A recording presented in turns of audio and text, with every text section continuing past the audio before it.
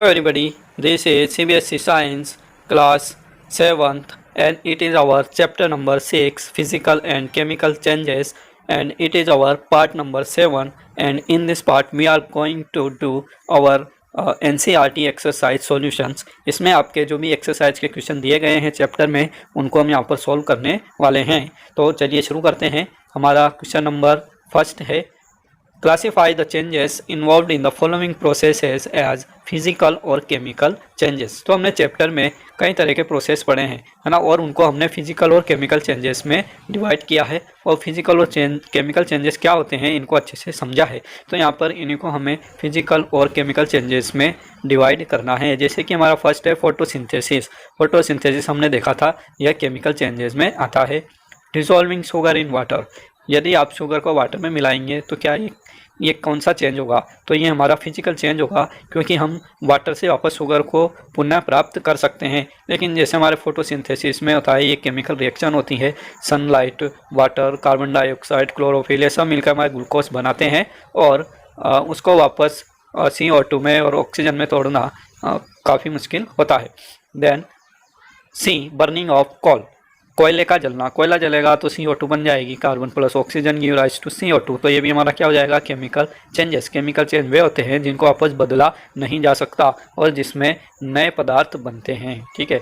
Melting of wax, मोम का पिघलना, है ना, तो ये पिघलता है, वापस हम इसको जमा भी सकते हैं वैक्स के फॉर्म में, तो हम इसको फिजिकल चेंज कहेंगे। Then beating aluminium to make aluminium foil, aluminium को पीट कर उससे एल्यूमिनियम की पतली परत बनाना, फॉइल बनाना, तो ये भी हमारे फिजिकल चेंजेस में आ जाएगा, क्योंकि यहाँ पर आकार और आकृति में परिवर्तन हो रहा है, उसके केमिकल नेचर में कोई परिवर्तन नहीं हो रहा है। ठीक है, तो ये हमारा फिजिकल चेंज होगा। Then F digestion of food, food जब डाइजेस्ट होता है तो वह छोटे छोटे स्मॉलर पार्टिकल्स में टूट जाता है और उस पर कई तरह के हमारे एंजाइम्स और दूसरी चीज़ें भी वहाँ पर एक्शन करती हैं, केमिकल रिएक्शंस होती हैं, तो इसको हम क्या कहते हैं? केमिकल चेंज कहते हैं। ठीक है।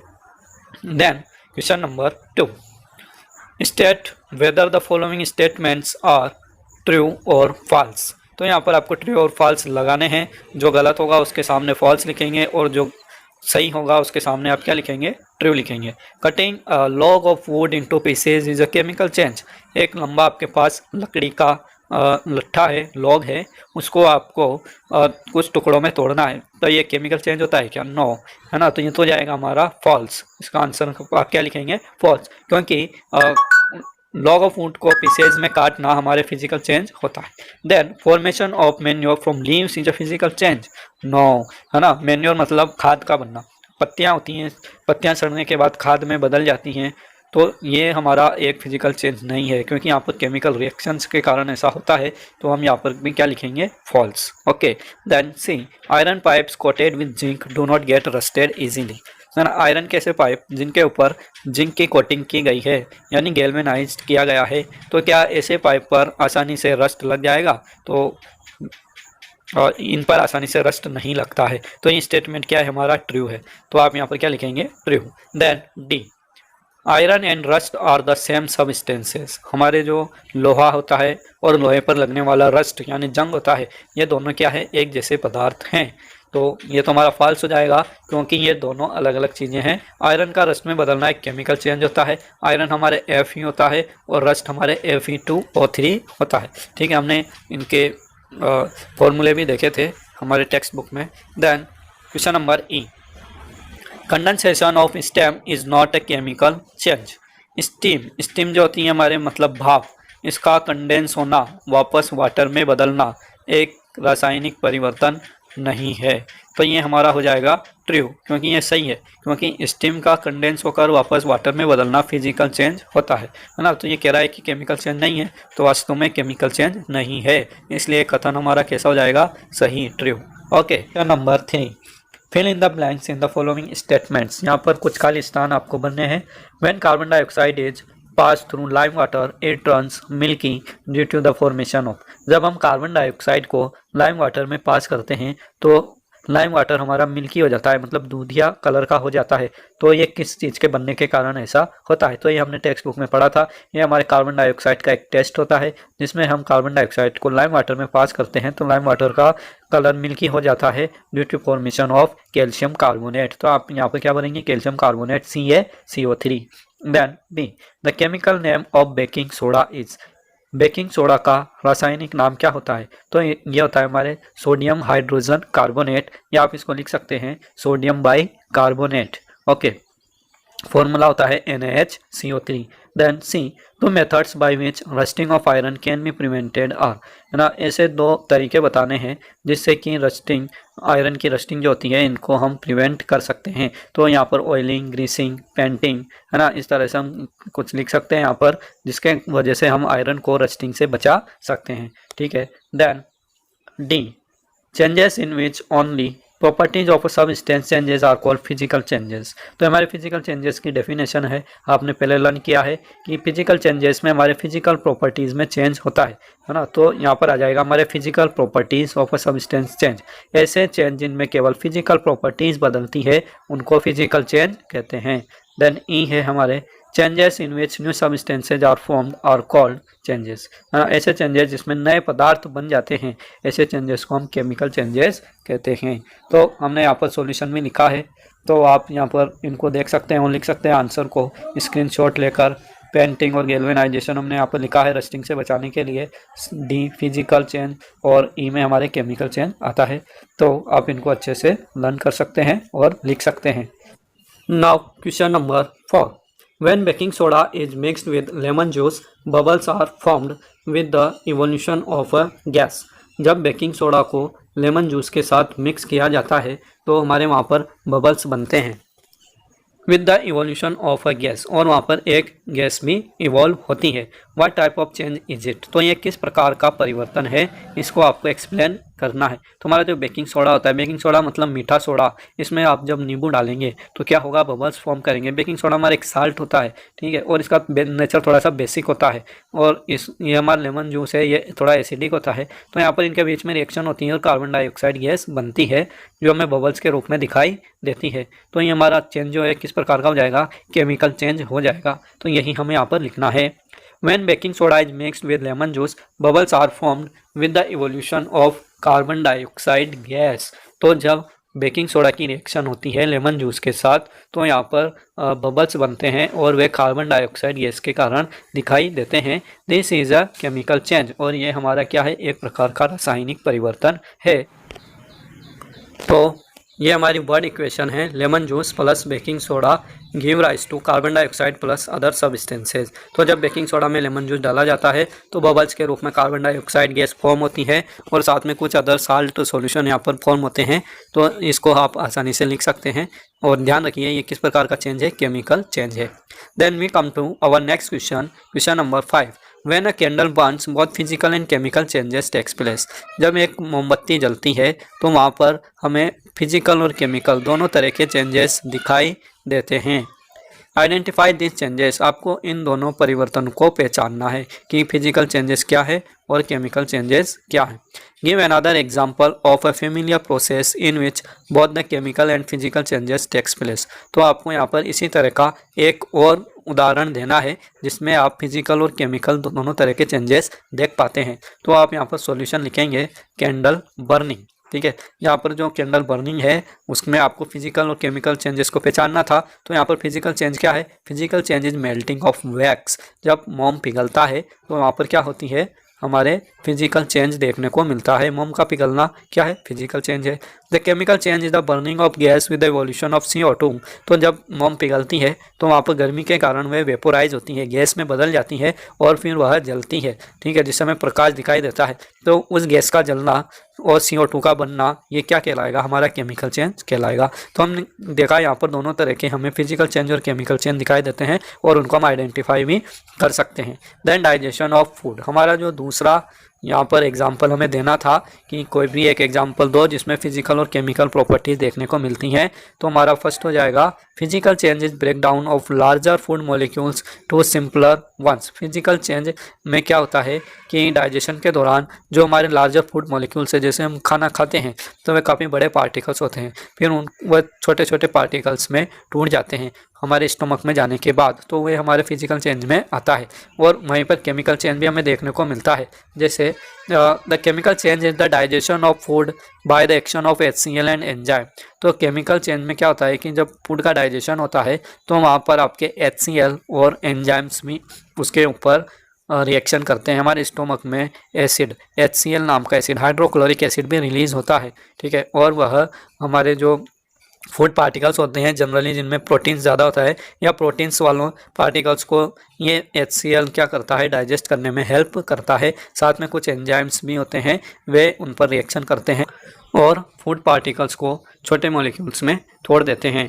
Then we come to our next question, question number 6। How would you show that setting of curd is A chemical change. तो आप कैसे बताओगे कि कर्ड का जमना, दही का जमना, कर्ड का सेटिंग होना एक रासायनिक परिवर्तन होता है। आप ये कैसे दिखा सकते हैं, कैसे शो कर सकते हैं, इसको हम फिजिकल चेंज क्यों नहीं कहते।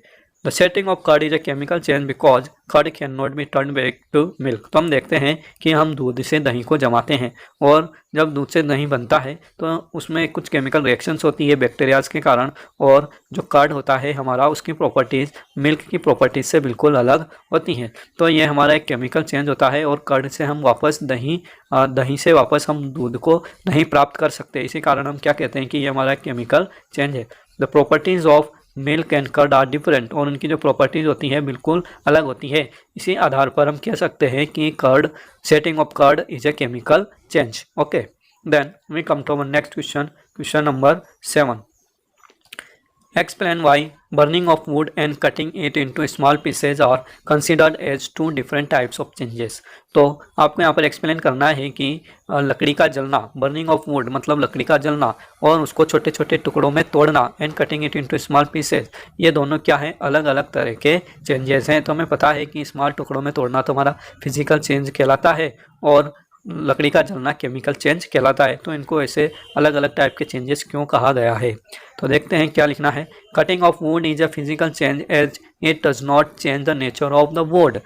लकड़ी का छोटे छोटे टुकड़ों में काटना हमारा फिजिकल चेंज कहलाता है ना, क्योंकि इसके कारण क्या होता है कि लकड़ी का जो नेचर है वह चेंज नहीं होता है। छोटे टुकड़े हैं तो वे भी लकड़ी के ही हैं, कोई नया पदार्थ तो वहाँ बन नहीं रहा है। On the other hand burning of wood is a chemical change. वहीं दूसरी ओर लकड़ी का जलना केमिकल चेंज होता है, क्योंकि यहाँ पर जो हमारी वुड होती है वह किस में बदल जाती है, चारकोल में बदल जाती है, और उसके साथ वहाँ पर CO2 गैस भी बनती है। ठीक है, लकड़ी चारकोल में बदल जाएगी या फिर यहाँ पर वह राख में बदल जाती है, कोयले में बदल जाती है, तो CO2 गैस भी बनती है। यह सब केमिकल रिएक्शंस के कारण होता है, इसीलिए हम इसको केमिकल चेंज कहते हैं। ठीक है, तो यहाँ पर ऐसे एक्सप्लेन करके आपको लिखना है। Then describe how crystal of copper sulphate are prepared. तो हमने लास्ट पार्ट में, हमारा जो लास्ट वीडियो था पार्ट नंबर 6 वाला, उसमें देखा था कि किस तरह से कॉपर सल्फेट के क्रिस्टल हम बना सकते हैं आसानी से अपनी लेबोरेटरी में। तो इसी प्रोसेस को आपको क्या करना है, यहाँ पर एक्सप्लेन करना है, और ये आपके लिए एग्ज़ाम की पॉइंट ऑफ व्यू से काफ़ी इंपॉर्टेंट क्वेश्चन है। ये अक्सर एग्ज़ाम्स में पूछा जाता है। It is VVIP question, very very important question है, और इसको आप अच्छे से लिखें, लर्न करें और समझें। Crystal of copper sulphate are prepared using the crystallisation method. तो हमारा जो कॉपर सल्फेट के क्रिस्टल होते हैं ये क्रिस्टलाइजेशन की मेथड के द्वारा बनाए जाते हैं, which is described as follow. इसको हम निम्न प्रकार से डिस्क्राइब कर सकते हैं। Take a cup full of water in a beaker. सबसे पहले आपको क्या लेना है, बीकर में आपको 1 कप पानी लेना है। Add a few drops of dilute sulphuric acid to this, और उसमें आपको क्या मिला लेना है, डाइल्यूट सल्फ्यूरिक एसिड की कुछ बूंदें यहाँ पर आपको मिला देनी है। हमने एक्सपेरिमेंट में 3 ml डाइल्यूट सल्फ्यूरिक एसिड वहाँ पर मिलाया था। Heat the water and when it start boiling add copper sulphate powder while still steering. और इसको आपको गर्म करना है पानी को, और जब ये उबलना शुरू हो जाए, बॉइलिंग करना शुरू हो जाए, तो इसमें आपको कॉपर सल्फेट का पाउडर मिलाना है और उसको लगातार हिलाते रहना है। Add the copper sulphate powder till the solution become saturated. और आपको जब तक कॉपर सल्फेट उसमें मिलाना है जब तक कि हमारा सॉल्यूशन सेचुरेटेड सॉल्यूशन ना बन जाए, मतलब कि उसमें अधिक मात्रा में और कॉपर सल्फेट घुलने की क्षमता ना हो, तब तक filter into a china dish and allow it to cool. और जब हमारे गर्म करने के बाद कॉपर सल्फेट में काफ़ी कम मात्रा में हमारे सॉल्यूशन बन जाता है, जब पानी इवोपरेट हो जाता है तो उसके बाद हम क्या करते हैं, जो सॉल्यूशन है उसको फिल्टर करते हैं चाइना डिश में और उसको थोड़ा ठंडा होने देते हैं। The solution should be kept undisturbed.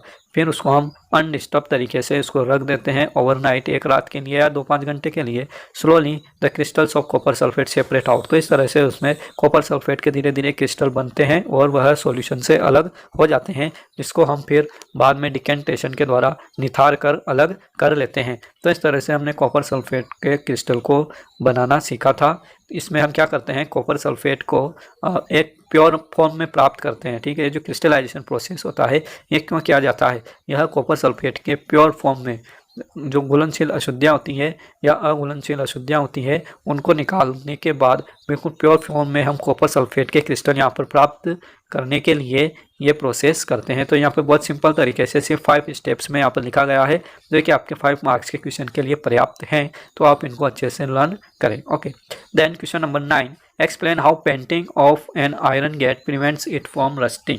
तो आपको यहाँ पर एक्सप्लेन करना है कि आयरन के गेट पर हम पेंटिंग करते हैं तो उससे क्या होता है, आयरन का गेट हमारे जंग लगने से बच जाता है, उस पर रस्टिंग नहीं होती है। तो ये कैसे होता है, rusting of iron require contact with water and oxygen.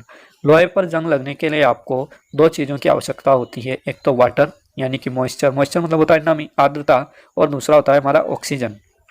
ये दोनों चीज़ें अगर आयरन के कांटेक्ट में आ जाती हैं तो उस पर रस्टिंग लगना शुरू हो जाता है। By painting and iron gate we prevent the contact between iron, oxygen and water. तो यदि हम आयरन के ऊपर पेंटिंग कर देते हैं, उसके ऊपर ऑयल पेंट या प्लास्टिक पेंट हम चढ़ा देते हैं, तो उससे क्या होगा, लोहे का संपर्क ऑक्सीजन और वाटर में नहीं हो पाएगा। This help in preventing rusting of iron. और इससे क्या होगा, आयरन की जो रस्टिंग है उसमें हमें प्रिवेंशन मिलेगी, उससे हमारा आयरन का बचाव हो जाएगा। इस तरह से हम लोहे को रस्टिंग से बचा पाएंगे। ठीक है, then we come to question number 10, explain why rusting of iron objects is faster in coastal areas than in desert. तो आपके जो कोस्टल एरियाज होते हैं, मतलब समुद्र तटीय इलाके होते हैं, वहाँ पर लोहे पर जंग लगना एक तीव्र प्रक्रिया होती है, या फिर आप कह सकते हैं वहाँ पर लोहे पर ज़्यादा जंग लगता है देन इन डेजर्ट्स। किसकी तुलना में, हमारे जो रेगिस्तानी इलाके होते हैं वहाँ की तुलना में कोस्टल एरियाज में लोहे के ऑब्जेक्ट्स पर जंग जल्दी जल्दी लगता है। तो ऐसा क्यों होता है, तो इसका आंसर हम देख लेते हैं। यहाँ पर नीचे लिखा हुआ है, rusting of iron requires contact in water and oxygen. जैसे कि हमें पता है आयरन की रस्टिंग के लिए उसका वाटर और ऑक्सीजन से कांटेक्ट होना क्या है, बहुत ज़रूरी होता है। In coastal areas humidity is more in comparison to that in desert. तो कोस्टल एरियाज में ह्यूमिडिटी की मात्रा डेजर्ट्स में ह्यूमिडिटी की मात्रा से क्या होती है, ज़्यादा होती है। Hence rusting of iron object is faster in coastal areas than in desert. इस कारण से हमारे जो कोस्टल एरियाज होते हैं वहाँ पर आयरन के ऑब्जेक्ट्स में रस्टिंग ज़्यादा होती है डेजर्ट्स की तुलना में। ठीक है, तो ये बहुत सिंपल सा इसका आंसर आपको लिखना है कि जो कोस्टल एरियाज होते हैं वहाँ पर मॉइस्चर ज़्यादा होती है, क्योंकि समुद्र वहाँ पर बिल्कुल पास होता है और वह साल्टी भी होता है ना, तो वहाँ की जो मॉइस्चर होती है वह बहुत जल्दी क्या करती है, लोहे को रस्ट कर देती है। Then we come to question number 11, the gas we use in the kitchen is called liquefied petroleum gas. तो जो गैस हम किचन में यूज करते हैं उस पर LPG लिखा होता है और उसकी फुल फॉर्म होती है लिक्विफाइड पेट्रोलियम गैस, जिसे आपको अच्छे से लर्न करना है। In the cylinder it exist as a liquid. Cylinder के अंदर वह लिक्विड तरल के रूप में भरी होती है। When it comes out from the cylinder it becomes a gas। और जब यह सिलेंडर से बाहर आती है तो यह गैस में बदलती है। तो ये हो गया हमारा चेंज A।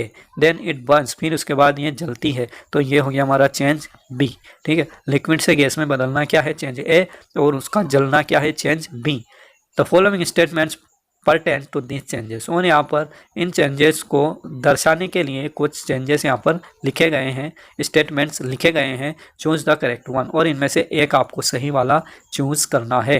तो हमारा जो फर्स्ट ऑप्शन है वह है process A is a chemical change, मतलब लिक्विड का गैस में बदलना क्या है, एक केमिकल चेंज है। तो ये तो नहीं है, वो तो हमारा क्या कहलाता है, फिजिकल चेंज कहलाता है।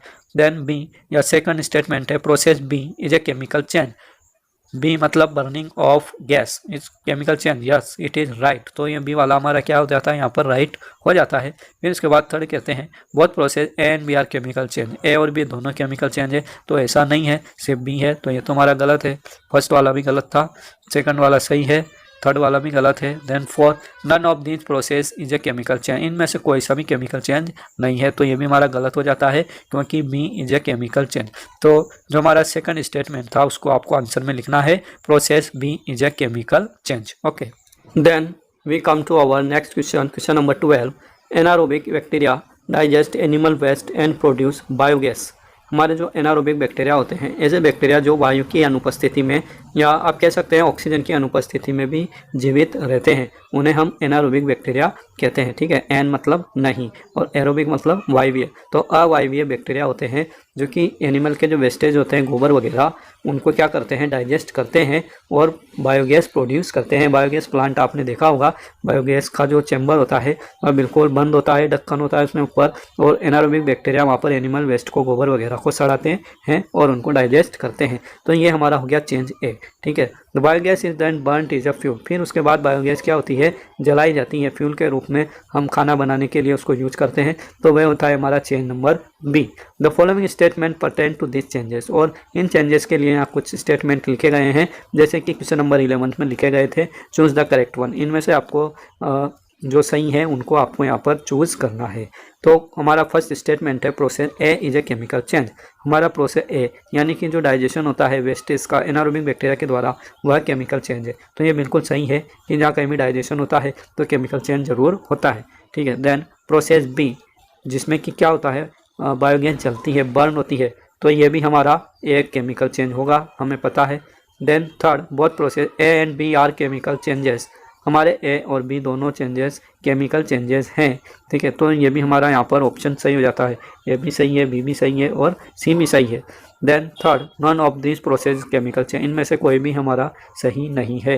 तो यहाँ पर ऐसा ऑप्शन जो बिल्कुल सटीक बैठता है वह क्या है, हमारा थर्ड वाला। ठीक है, जिसमें कह रहे हैं कि ए और बी दोनों प्रोसेस हमारे केमिकल चेंजेस हैं, तो हम इसी को क्या करेंगे, यहाँ पर सॉल्यूशन में आंसर के रूप में लिख देंगे। Our answer is third both processes A and B are chemical changes. तो इस तरह से हमारी जो एक्सरसाइज है वह यहाँ पर समाप्त होती है। और आपको ये चैप्टर, ये पार्ट कैसा लगा आप मुझे कमेंट करके ज़रूर बताएं। और यदि आप चैनल पर नए हैं तो सब्सक्राइब कर लें, बेल आइकन को दबा लें, ताकि जो भी मेरे नए वीडियो होंगे, नए पार्ट्स होंगे, नए चैप्टर होंगे, उनको भी आपको तुरंत नोटिफिकेशन मिल सके। ओके, जय हिंद, जय भारत। Okay, thank you.